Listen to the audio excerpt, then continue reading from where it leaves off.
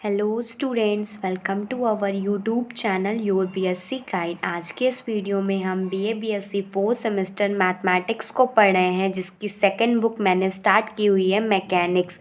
आज उसका unit number 2 को पढ़ रहे हैं, या ओवरऑल देखा जाए तो ये यूनिट नंबर 6 है, क्लास नंबर 2 है। इसके पहले की फर्स्ट क्लास हो चुकी है, जिसमें मैंने आप लोगों को वर्चुअल वर्क का पूरा थ्योरी पोर्शन करा दिया था, बेसिक कॉन्सेप्ट समझा दिया था।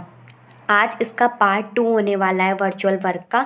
उसमें मैंने आप लोगों को पूरी की पूरी थ्योरी करा दी थी, लेकिन आज के वीडियो में मैं आप लोगों को पूरा का पूरा जितने भी इम्पॉर्टेंट क्वेश्चन बनते हैं उसको मैं आप लोगों को करा दूंगी, ताकि अगर आपके एग्ज़ाम में इसी तरीके से क्वेश्चन बने तो आप लोग एग्जैक्टली कर सके। अगर आपने बेसिक वाला लेक्चर नहीं देखा है वर्चुअल वर्क का पार्ट 1 तो ज़रूर देख लीजिएगा। कहाँ मिलेगा? आप डिस्क्रिप्शन बॉक्स ओपन कीजिएगा, इस वीडियो का प्लेलिस्ट का लिंक दिया गया, वहाँ से जा कर के देख सकते हैं। तो सबसे पहले चैनल पे जाइए, प्लेलिस्ट बनी हुई है बीएससी फोर्थ सेमेस्टर मैथ्स की, वहाँ से भी देख सकते हैं। कोई भी डाउट होता है कमेंट करके पूछिए, मैं आप लोगों को इंस्टेंट रिप्लाई दूंगी। ठीक, तो आज 3 मोस्ट इम्पॉर्टेंट क्वेश्चन को हम लोग करने वाले हैं, जिससे रिलेटेड अगर ये क्वेश्चन आ जाता है तो आप लोग कर तो लेंगे, अगर घुमा फिरा के भी क्वेश्चन आ जाता है तब भी आप लोग कर लेंगे। तो सबसे पहला क्वेश्चन देखते हैं क्या कहा गया है। कह रहा है, ये क्वेश्चन काफ़ी बार एग्जाम में आया हुआ है कि 4 रॉड्स ऑफ इक्वल वेट, मतलब 4 रॉड है जिसका वेट W है, मतलब 4 रॉड है, हर एक रॉड का जो वेट है वो स्मॉल W है। फॉर्म अ रोम्बस ABCD, वो रोम्बस बनाता है ABCD। समझाते हुए भी चलती हूँ। देखिए, हमारे पास 1 रॉड है, 2 रॉड है, 3 रॉड है, 4 रॉड है। ठीक, और इसका जो पूरा का पूरा वेट है वो पहले तो स्मॉल W है हर एक रॉड का। ठीक, और वो रोम्बस बना रहा है ABCD। ये देखिए ABCD, ये हमारा रोम्बस बना रहा है। फिर क्या कह रहा है? With smooth hinge at the joint, मतलब बहुत ही स्मूथ तरीके से ये जुड़ा हुआ है। फिर कह रहा है, the frame is suspend by the point A and a weight W is attach to C। इसमें कह रहा है कि जो पॉइंट है, जो फ्रेम है, मतलब ये जो ABCD फ्रेम है, ये हमारा A से ही स्टार्ट हुआ है और A पॉइंट से ही C तक जाने में जो हमारा वेट है वो अटैच्ड हुआ है। मतलब A से लेकर के C तक में हमारा जो W है वेट अटैच्ड हुआ है, अटैच टू C लिखा है ना। फिर लिखेंगे a stiffening rod of negligible weight joins the middle point AB and CD keep these inclined at alpha to AC। इसमें क्या कह रहा है कि एक स्टिफनिंग रॉड, मतलब बहुत ही नेग्लिजिबल वेट की स्टिफनिंग रॉड, स्मूथ वाली जो रॉड है वो AB और AD, जो AB और CD, क्वेश्चन में AD होना चाहिए, क्योंकि जो स्टिफनिंग रॉड है वो AB और AD के मिडिल पॉइंट से ज्वाइन हुई है। ठीक, keeping the incline at theta, मतलब जो एंगल बना रही है वो थीटा एंगल बना रही है AC के साथ, मतलब ये जो AC लाइन है इसके साथ थीटा एंगल, अल्फा एंगल बना रही है। ठीक, show that the thrust in this stiffening rod is 2W plus 4W tan theta. हमें ये जो मतलब ये जो रॉड है, मान लेते हैं EF है, मतलब ये इस पॉइंट पे जो मिडिल पॉइंट है ये E पॉइंट पे है, और ये जो इसका मिडिल पॉइंट है वो F है। ये हम जोड़ देंगे तो ये हमारी रॉड क्रिएट हो गई। ठीक, तो वही कह रहा है, इसका जो थ्रस्ट है T, हमारा जो थ्रस्ट है वो हमारा 2W प्लस 4W अल्फ़ा आना चाहिए। ठीक, एक बार मैं आप लोगों को और समझा देती हूँ। ये क्वेश्चन क्या कह रहा है? कह रहा है कि 4 रॉड्स हैं जिसका वेट W है। ठीक, अगर चारों रॉड का निकालेंगे तो 4W आ जाएगा। फिर क्या कह रहा है कि AB से अटैच होते C तक जाते जाते वेट W अटैच्ड है, मतलब A से ही पूरा का पूरा, मतलब ये एक तरह का हिंज है कि यहीं से ही हमारा पूरा का पूरा जो रोम्बस है वो अटैच्ड है, मतलब एक तरह का टंगा हुआ है। ठीक, और क्या कह रहा है इसमें कि जो मान लेते हैं कि एक रॉड मान लेते हैं EF रॉड है, जो कि AB और AD के मिडिल पॉइंट से ही अटैच्ड है और अल्फ़ा एंगल बना रही है किसके साथ? AC के लाइन के साथ। ठीक, तो हमें प्रूफ करना है कि जो थ्रस्ट होगा स्टिफनिंग रॉड का वो 2W प्लस 4W होगा। तो इस तरीके से क्वेश्चन प्रूफ करने वाले आप लोगों को बहुत पूछे जाएंगे। तो सबसे पहले हम लोगों को क्या लिखना है? सबसे पहले उसका डायग्राम समझना है, और डायग्राम तभी आप लोग समझ पाएंगे जब बेसिक कॉन्सेप्ट वर्चुअल वर्क का समझे रहेंगे। ठीक, इसमें मेन इंपॉर्टेंट होता है डायग्राम। अब हम मान लेते हैं कि जो AB की लेंथ है वो 2A मान लेते हैं, तो हाफ हाफ हाफ लेंथ निकालेंगे। तो सबसे पहले हमने जो माना कि ए बी और C D, A B C D ये क्या है, ये क्या है, टू मतलब 4 इक्वल रॉड्स है जिसकी लेंथ जिसका वेट जो है स्मॉल w है, और हमने इसकी जो लेंथ मानी 2a मानी है, और कहाँ से सस्पेंडेड है, a पॉइंट से सस्पेंडेड है, और c पॉइंट पे वेट जुड़ा हुआ है, और ef जो है वो क्या बना रहा है, एक मिडिल पॉइंट पे ही हमारा रॉड जा कर के जुड़ गया है, और यही हमारा इसको निकालना है यहाँ पर थ्रस्ट। तो ये सारी चीज़ें हमें लिखनी भी पड़ेगी, तो प्रॉपर इसका लिखते हैं। तो लिखेंगे late ABCD 4 equal rods form a rhombus। इतना समझ में आया कि let ABCD 4 equal rods form a rhombus, कि ABCD 4 इक्वल रॉड्स है, रोम्बस बना रही है। फिर उसके बाद लिखेंगे let the length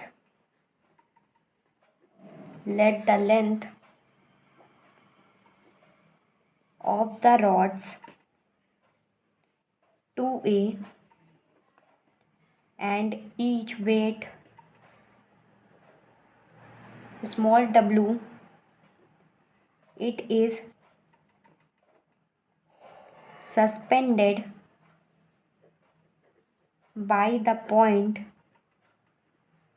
A and a weight w इसमें क्या कह रहा है कि हमने लेंथ मान ली रॉड की 2a है और जिसका वेट w है, और वो कहाँ से सस्पेंडेड है, a पॉइंट से सस्पेंडेड है जिसका वेट w है। ठीक, w और जिस पे एक वेट अटैच्ड है, w वेट c से अटैच्ड है ना, तो लिखेंगे w is attached to c। ठीक, फिर इसमें आगे लिखेंगे in the system in form rhombus a light rod EF joins the middle point E and F। ये कह रहा है कि इस सिस्टम में जो रोम्बस बन रहा है उसमें जो लाइट रॉड है जिसकी नेग्लिजिबल वेट है, क्या है, EF हमारी रॉड है, join the middle point E and F, वो किसके मिडिल पॉइंट से जुड़ा हुआ है, एक E है एक F है, और किसका मिडिल पॉइंट है, तो लिखेंगे of AB and AD respectively. ठीक, जो जो हमने एज्यूम किया है और जो जो गिवन है सबसे पहले उसका हमें लिखना पड़ेगा। ठीक, फिर इसके बाद क्या लिखेंगे, आगे लिखते हैं इसमें obviously the line AC must be vertical and so BD is horizontal. देखिए इसमें क्या कह रहा है कि जो हमारी AC लाइन है वो वर्टिकल हो गई और ये जो BD लाइन है वो हॉरिजॉन्टल हो गई ना। अब देखिए यहाँ पर क्या करना है, देखिए एंगल BAC, देखिए एंगल BAC, यहाँ पर एंगल कितना बन रहा है, अल्फ़ा बन रहा है, और ये एंगल किसके इक्वल है, DAC के इक्वल है। तो हम कह सकते हैं ना कि angle BAC equal to angle DAC। ठीक, अल्फ़ा एंगल हम लोग फिगर से देख करके कह सकते हैं। तो हमें उसके, और जब हमें निकालना पड़ेगा तो हमें क्या निकालना है, इसका EF रॉड का थ्रस्ट निकालना है। तो सबसे पहले EF रॉड की हमें डिस्टेंस निकालनी पड़ेगी, और डिस्टेंस कहाँ से निकालनी पड़ेगी, जो AE और मान लेते हैं ये पॉइंट मान लो P है, तो हमें EAP ट्रायंगल में साइन अल्फ़ा निकालना पड़ेगा, तब जा कर के निकलेगा। मतलब देखिए मैं आप लोगों को क्या बता रही हूँ, मैंने आप लोगों को बताया कि जो एंगल BAC है वो एंगल DAC के इक्वल है, फिगर से हमें समझ में आ गया।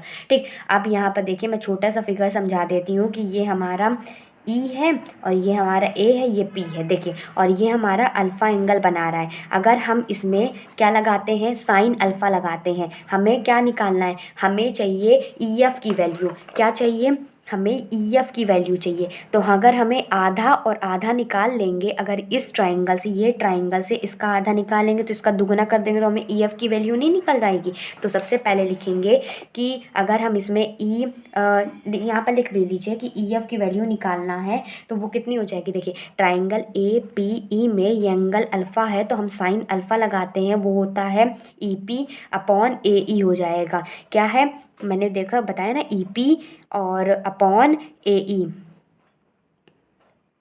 ठीक, ये हमारा हो जाएगा, ये अल्फ़ा एंगल है। तो यहाँ से ई पी की वैल्यू निकालेंगे तो ई पी क्या आ जाएगा, ए ई साइन अल्फ़ा आ जाएगा। और ए ई की जगह मैंने क्या लिया था, मैंने बताया था कि इसको पूरा का पूरा 2a लेना है। तो जो हमारा ए ई है इसकी वैल्यू क्या है, a है। ठीक, तो इसकी वैल्यू क्या हो जाएगी, तो ई पी की जगह, अरे सॉरी, ए ई की जगह हम लिख देंगे a साइन अल्फ़ा, ये हो जाएगा। ठीक, ए ई की जगह हमने ये डिस्टेंस को a मानी थी।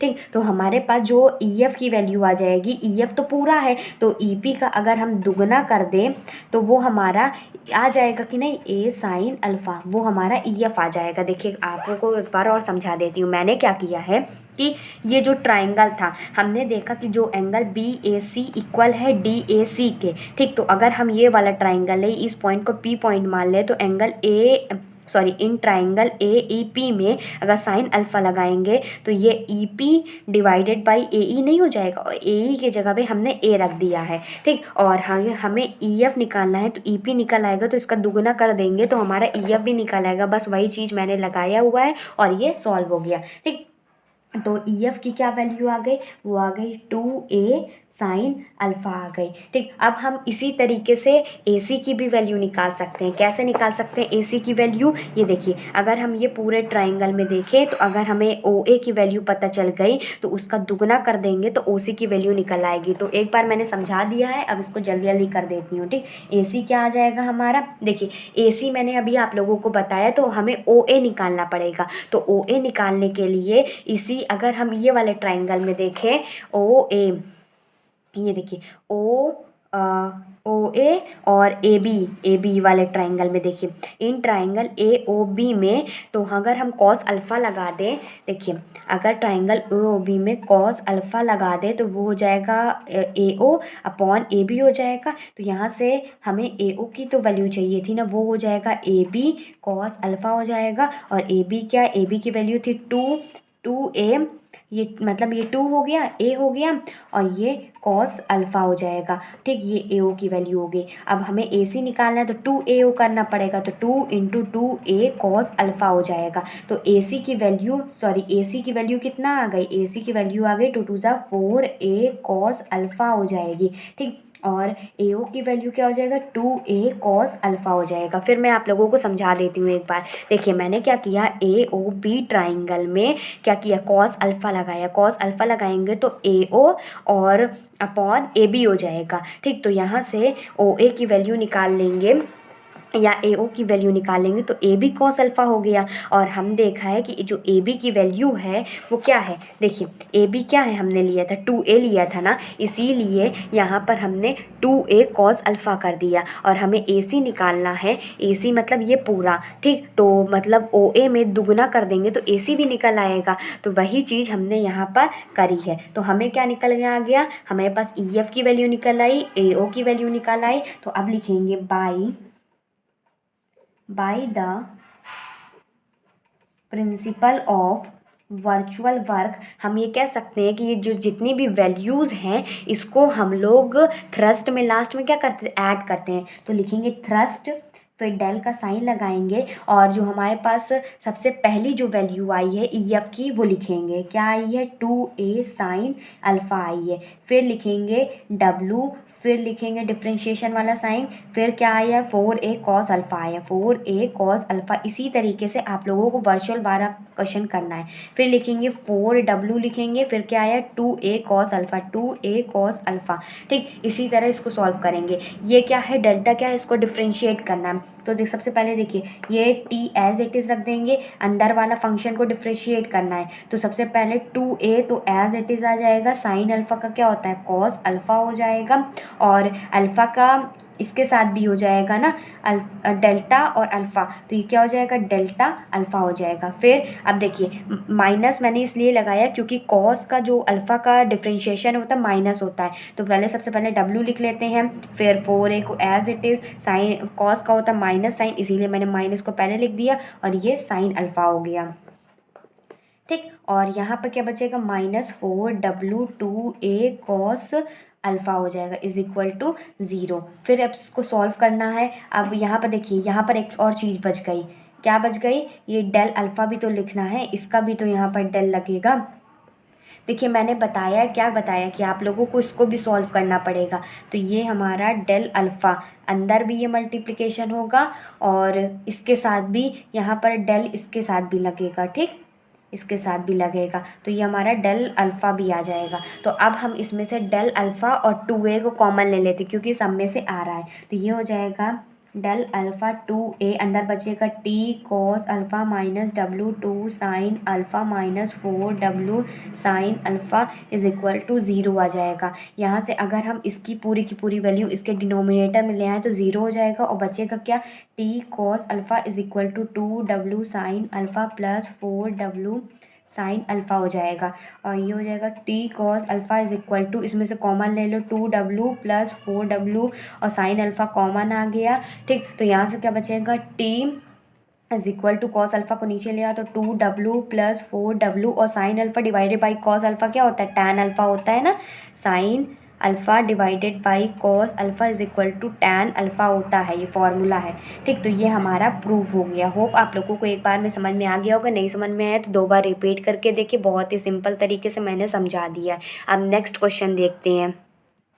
नेक्स्ट क्वेश्चन भी सेम इसी तरीके से करना है, तो इसीलिए मैंने पहले लिख दिया हुआ है, फिर आप लोगों को समझाती हूँ। इसमें कह रहा है 4 weightless rod of equal length, मतलब 4 रॉड हैं इक्वल लेंथ के हैं, ज्वाइन कर रहे हैं so as to form a rhombus, ये भी रोम्बस बना रहे हैं ABCD। ठीक, ABCD ये हमारा रोम्बस बना रहे हैं। फिर कह रहा है विथ वन डायगनल BD, एक डायगनल है BD। ठीक, if a weight W is attach to C, अब C पे ही एक वेट अटैच्ड है and the system suspended from A से ही ये सिस्टम सस्पेंडेड है। Show that these thrust is BD equal to weight, मतलब जो BD पे जो थ्रस्ट है वो W बाई √3 आना चाहिए। तो वही चीज़ हमें भी करना है, हमें इसको 2a कंसीडर कर लेना है, लेकिन इस बार बीच से ही जा रहा है तो हम लोग मिडिल से नहीं निकालेंगे कुछ भी। तो क्या करेंगे, लिखेंगे let 4 rods equal length to form a rhombus ABCD। हम 4 रॉड्स लेते हैं जिसकी इक्वल लेंथ है और ABCD रोम्बस बना रहा है। Here are diagonal BD in rhombus, और जो BD है वो एक तरह का डायगनल है। ठीक, और W वेट जो है वो अटैच्ड है C से। ठीक, और एंड जो रोम्बस है all rod suspended from A से ही ये जो रॉड है ये सारे सस्पेंडेड है, जुड़ी हुई है। और हम मान लेते हैं कि जो लेंथ होती है सारे रॉड की वो 2a है। तो हम जैसे कि मैंने बताया था ना कि BAC एंगल किसके इक्वल हो जाएगा, DAC के इक्वल हो जाएगा ना, तो वही angle BAC equal to angle DAC is equal to alpha from the figure कह सकते हैं। अब देखिए हमें BD की वैल्यू निकालनी है, तो सबसे पहले हमें OB की वैल्यू पता होना चाहिए, तब उसका दुगना कर देंगे तो हमारा ये आ जाएगा। तो OB के लिए हम ट्राइंगल AOB में देखेंगे, ये एंगल, ये हमारी डिस्टेंस 2a है, ये एंगल अल्फ़ा है, तो साइन अल्फ़ा लगाएंगे तो BO/2a आ जाएगा। तो BO की वैल्यू निकालेंगे 2a साइन अल्फ़ा आ जाएगा। ठीक, तो हमें OB की वैल्यू पता चल गई। OD मतलब ये भी दुगना कर देंगे तो BD की वैल्यू 2OB हो जाएगा, तो मतलब 2 2 जा 4a साइन अल्फ़ा, तो BD की वैल्यू आ गई 4a साइन अल्फ़ा आ गई। ठीक, अब हमें AC की भी वैल्यू चाहिए, AC की वैल्यू भी हमें OA की वैल्यू निकालना पड़ेगा, फिर OC की वैल्यू निकालना पड़ेगा। तो अभी मैंने बताया OA की अभी पिछले केस में निकाल करके बताई है, कि देखिए ए ओ बी ट्राइंगल में कॉस अल्फा लगाएंगे तो ए O divided by A B हो जाएगा, तो ओ ए की वैल्यू 2a कॉस अल्फा हो जाएगा, तो ए सी की वैल्यू 2a हो जाएगा, तो 4a कॉस अल्फा हो जाएगा। ठीक, तो यहाँ पर हमें ए सी की जगह A C is equal to 4a cos alpha हो गया। हमें क्या पता चल गया, हमें बी डी की वैल्यू पता चल गई, ए सी की वैल्यू पता चल गई। तो by the principle of virtual work हम कह सकते हैं टी लिखेंगे, फिर डिफ्रेंशिएशन का साइन लगाएंगे। सबसे पहली वैल्यू हमें मिली 4a साइन अल्फा लिखेंगे प्लस डब्ल्यू लिखेंगे, फिर डिफ्रेंशिएशन का साइन लगाएंगे, दूसरी वैल्यू 4a कॉस अल्फा मिल गई, लिख दिए। फिर उसके बाद देखिए हमें तीसरी वैल्यू नहीं मिली plus 4w 2a cos alpha नहीं मिली, क्योंकि हमें ये बीच से ही जाना पड़ा था ना, मैंने बताया ना कि उसमें मिडिल पॉइंट से कोई भी काम नहीं है। तो बस जितनी दो वैल्यू मिली उतने दो वैल्यू को सॉल्व करेंगे। ठीक, तो टी को एज इट इज रख दिया, 4a को बाहर रख दिया, साइन अल्फा का कॉस अल्फा हो गया और डेल्टा और अल्फा हो गया। फिर माइनस इसलिए लगाया क्योंकि इस कॉस अल्फा का माइनस साइन अल्फा होता है, 4a का एज इट इज, डब्ल्यू का as it is equal to 0 लग दिया। फिर उसके बाद इसमें से देखिए टी अंडर मल्टीप्लिकेशन कर देते हैं, टी कॉस अल्फा हो जाएगा और इसमें से जो वैल्यू मतलब मान लीजिए हम 4a को कॉमन ले लेते हैं, इसमें से देखिए 4a को कॉमन ले आएंगे और इसके नीचे ले आएंगे तो 0 हो जाएगा, तो बचेगा T cos alpha minus W sine alpha is equal to 0। तो T cos alpha is equal to W sine alpha हो जाएगा, T is equal to W sine alpha by cos alpha. मैंने बताया sine alpha by cos alpha होता है tan alpha, और हम लोग इस केस में जो है इसकी वैल्यू देखिए ये एंगल हमारा 90 डिग्री पे होता है और ये एंगल अल्फ़ा है, तो हम इसमें जो एंगल लेंगे 30 डिग्री का ही लेंगे, तभी जा करके हमारा ट्राइंगल कंप्लीट होगा। तो हम लोग टैन की जो अल्फ़ा की वैल्यू है 30 डिग्री ले लेंगे, और हम जानते हैं कि टैन 30 की वैल्यू होती है 1/√3। तो हमारे पास ट्रस्ट निकल के आ गया W/√3। ये हमारा सेकेंड क्वेश्चन भी प्रूफ हो गया। इसी तरीके से क्वेश्चन आएगा, और ये दो मोस्ट इंपॉर्टेंट क्वेश्चन थे जो आप लोगों के एग्जाम में पूछे जा सकते हैं। अब एक और लास्ट क्वेश्चन आता है जो आप लोगों के एग्जाम में पूछा जाता है, तो उसको देख लेते हैं। थर्ड क्वेश्चन को बहुत अच्छे समझने की कोशिश कीजिएगा, क्योंकि ये मोस्ट इंपॉर्टेंट क्वेश्चन है। कह रहा है a string of length L, एक स्ट्रिंग है जिसकी लेंथ L है, form the shorter diagonal of a rhombus. वो डायगोनल रोम्बस का जो है मतलब बनाता है, शॉर्टर डायगोनल बनाता है रोम्बस का, मतलब एक ऐसी स्ट्रिंग है जिसकी लेंथ L है, वो रोम्बस का डायगोनल बनाता है। फॉर्म्ड ऑफ 4 यूनिफॉर्म रॉड से बना हुआ है जो कि डायगोनल, जिसकी लेंथ हमारा B है, वेट W है, विच आर हिंज टुगेदर, सब जुड़े हुए हैं। If one of the rod will be supported in A horizontal position, अगर एक रॉड को हॉरिजॉन्टल पोजीशन में सपोर्ट कर दिया जाए तो हमें प्रूफ करना है कि जो टेंशन होगा स्ट्रिंग का वो 2W 2B minus A square 2B square minus AB square divided by B under root में 4B square minus A square होना चाहिए। देखिए क्या कह रहा है, हम मान लेते हैं कि जो रोम्बस है ABCD रोम्बस मान लेते हैं, और इसमें मैंने क्या बताया, कह रहा कि form a shorter diagonal of a rhombus form a 4 uniform.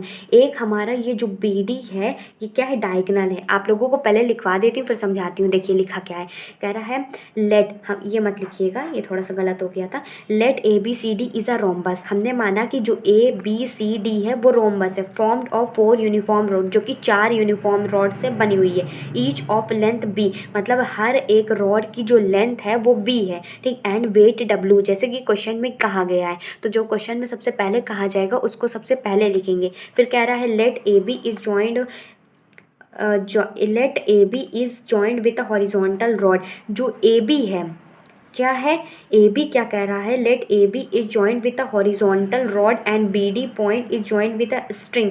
जो AB रॉड है वो किससे, हॉरिजॉन्टल रॉड से जुड़ा हुआ है, जबकि जो BD वाला है वो हमारा कैसे जुड़ा हुआ है, एक स्ट्रिंग से जुड़ा हुआ है जिसकी लेंथ जो है A है। मतलब जो BD वाला है वो एक तरह का डायगोनल भी है, स्ट्रिंग से जुड़ा हुआ है, और जिसकी लेंथ हमने माना A माना है। ठीक, और फिर क्या कह रहा है, और हमने माना कि यहाँ पर B पॉइंट है, let O be the origin, हमने मान लिया कि O एक ओरिजिन है। So we draw a perpendicular, हम एक परपेंडिकुलर ड्रॉ करेंगे from the point M to A। मान लेते हैं कि ये यहाँ से ही हमारा ये वर्टिकल लाइन है, तो हम यहाँ से ही M पॉइंट कंसीडर कर लेते हैं और इस पे से ही एक परपेंडिकुलर गिराते हैं, क्योंकि चारों का जो वेट होगा वो 4W हो जाएगा। ठीक, जैसे कि मैंने पिछला बताया, तो जो एंगल हो जाएगा, एंगल AOB जब परपेंडिकुलर गिराते हैं तो वो 90 डिग्री का हो जाता है। तो हम मान लेते हैं कि जो एंगल है वो हमारा 90 डिग्री का है। आप लोगों को थोड़ा समझने में दिक्कत हो सकती है क्योंकि ये सारे क्वेश्चन इसी तरीके से आएंगे, थोड़ा टिपिकल हो सकते हैं, और भी तरह का इसको टिपिकल बना सकता है, लेकिन अगर आप लोगों को एक बार में समझ में आ जाएगा ना तो अच्छे समझ में आ जाएगा। अगर नहीं समझ में आया 2-3 बार देखिए वीडियो को। और नोट्स की चिंता मत करिए, टेलीग्राम चैनल मेरे सबसे पहले टेलीग्राम इंस्टॉल कीजिए, योर बीएससी गाइड सर्च कीजिए, टेलीग्राम चैनल से ज्वाइन हो जाइए, नोट्स आप लोगों को मिल जाएगी उसी पे। अगर टेलीग्राम चैनल नहीं मिलता कमेंट करके मुझसे बताइए, मैं आप लोगों को डायरेक्टली लिंक भी प्रोवाइड कर दूँगी। ठीक, तो हमने एंगल मान लिया, एंगल ए ओ बी हमारा 90 डिग्री का है। तो हम ये कह सकते हैं जो एंगल बी डी है, हमें क्या निकालना है, हमें एंगल ये बी डी निकालना है। तो बी डी निकालने के लिए ओ बी निकालना पड़ेगा, तो ओ बी का दुगुना कर देंगे तभी तो जाकर के बी डी निकलेगा। तो बी डी क्या होगा, एंगल 2BO हो जाएगा। और हमने अभी बी ओ की वैल्यू निकाली है ए बी कॉस थीटा। ठीक, तो बी डी क्या हो जाएगा, 2 से मल्टीप्लाई कर देंगे, मतलब बी डी हो जाएगा 2 ये, और बी ओ की वैल्यू है ए बी कॉस थीटा, तो बी डी क्या हो जाएगा 2, और ए बी की वैल्यू मतलब इसकी जो लेंथ है बी माना है तो ए बी की जगह हमने बी लिख दिया। अगर ए माना होता, लेंथ क्वेश्चन में ए दी होती तो आप लोग ए लिखते। ठीक, तो ये 2B कॉस थीटा हो गया, हमें बी डी की वैल्यू पता चल गई क्योंकि एक हमारा डायगोनल है। अब देखिए इसमें क्या करना है, मैं लिख करके इसीलिए लाई हूँ ताकि आप लोगों को समझाने में आसानी से समझा दूँ। ले तो एक एक चीज़ लिखवाते चलूँगी तो और कंफ्यूज हो जाएंगे आप लोग। ठीक, तो from the fixed horizontal road the depth of OA is equal to MO। और देखिए अब यहाँ पर देखिए हमें क्या की वैल्यू चाहिए, हमें ये OM की वैल्यू चाहिए। तो उसके लिए हमें जो है OM की वैल्यू निकालने के लिए OB, अब यहाँ पर साइन थीटा लगाएंगे तब जा कर के हमारे पास OB की वैल्यू आएगी। क्या हो जाएगा, OB इज इक्वल टू मतलब OM is equal to OB sine theta. तो OM की वैल्यू क्या आ जाएगा B, और OB की वैल्यू क्या लिया, मतलब ये हमने लिया था कि यहाँ पर हमारा B आ जाएगा B, और ये हमारा कॉस थीटा साइन थीटा हो जाएगा। मतलब जो हमने अभी जो OB की वैल्यू या कहते हैं BO की वैल्यू निकाला वो क्या था हमारा B कॉस थीटा ही तो हुई, इतनी ही वैल्यू तो हुई। तो वही चीज़ हमने OB की वैल्यू B कॉस थीटा लिख दी और साइन थीटा को एज इट इज़ रख दिया। ठीक, फिर हमें क्या निकालना है, टेंशन निकालना है, थ्रस्ट नहीं निकालना है इस बार, टेंशन निकालना है जो कि इस स्ट्रिंग पे लग रही है, जो कि डायगनली हमारी स्ट्रिंग जो जुड़ी थी। ठीक, तो उसके लिए हम निकालेंगे। तो इसमें क्या करेंगे, now the tension of the string इस, अगर आप OM की वैल्यू यहाँ से भी निकाल सकते हैं कि ट्राइंगल AOM में लिख लेंगे तो साइन थीटा लगा देंगे तो OM अपॉन OB आ जाएगा, OM की वैल्यू OB साइन थीटा आ जाएगी। लेकिन मैंने आप लोगों को ईजी तरीका बता दिया। ठीक, तो हम टेंशन के लिए क्या करेंगे, T डेल्टा, और फर्स्ट वैल्यू आई थी 2B cos theta plus 4W delta, फिर सेकंड वैल्यू है B cos theta sine theta. ठीक, इसको सॉल्व करेंगे तो ये हो जाएगा T 2B बाहर, कॉस थीटा का साइन थीटा और delta theta plus 4W B हो जाएगा। अब यहाँ पर देखिए कॉस थीटा साइन थीटा किया गया है। ठीक, तो इसमें इसका डिफ्रेंशिएशन किएंगे, cos square theta minus sine square theta आ जाएगा, और ये del theta is equal to 0 आ जाएगा। फिर इसमें से 2B डेल्टा थीटा को बाहर ले लेते हैं और इसको नीचे पहुंचा देंगे तब 0 हो जाएगा। ठीक, अंदर क्या आएगा, T sine theta plus 2W cos square theta minus sine square theta. ठीक, आगे देखते हैं आगे क्या करेंगे, जो कि आया था टी साइन थीटा उसको मैंने 0 के नीचे ले गया तो 0 हो गया, बाकी जो मैंने कॉमन लिया था। और आगे अगर हम यहाँ पर लिखेंगे प्लस 2W और cos square theta minus sine square theta आ जाएगा। और हम जानते हैं sine square theta plus cos square theta 1 होता है, तो साइन स्क्वायर थीटा की वैल्यू निकालेंगे तो 1 माइनस कॉस स्क्वायर थीटा हो जाएगा।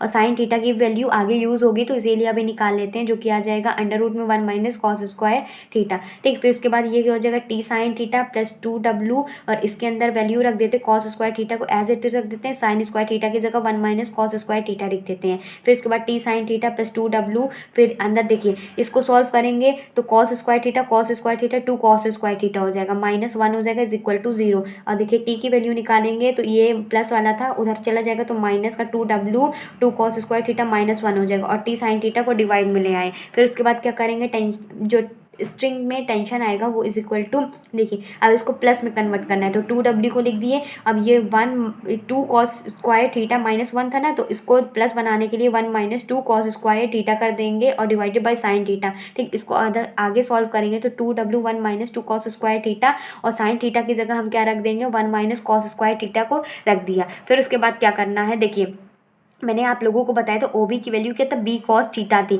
ठीक। और OB यहाँ पर देखिए OB की वैल्यू कैसे निकल के आएगी, ये हमारा क्या था, ये हमारा पूरा का पूरा जो था A है, OB कितना हो गया, A/2 हो जाएगा। तो इसकी जगह पे हमने A/2 रख दिया और B हमारा नीचे आ गया, ये cos थीटा हो जाएगा। तो बस यहाँ पर वैल्यू रख देना, T = 2W 1 - 2 cos square theta की वैल्यू रख देंगे।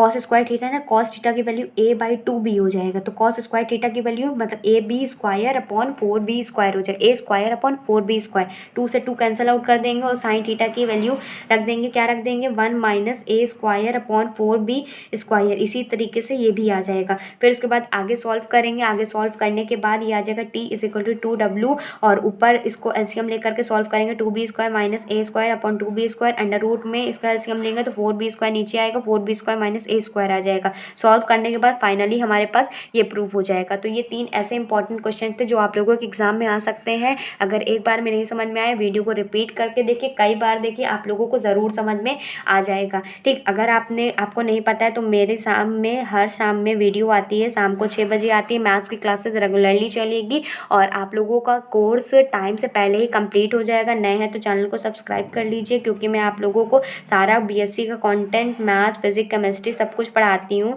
तो एकदम फ्री ऑफ कॉस्ट देती हूँ। बेल आइकन को ऑल पे सेलेक्ट कर लीजिएगा ताकि मेरी हर वीडियो की नोटिफिकेशन आप लोगों को टाइम टू टाइम मिलती रहे। कोई चीज़ नहीं समझ में आती है कमेंट करके मुझे बताइए, ठीक। मिलते हैं अपनी अगली वीडियो में। Goodbye and stay safe.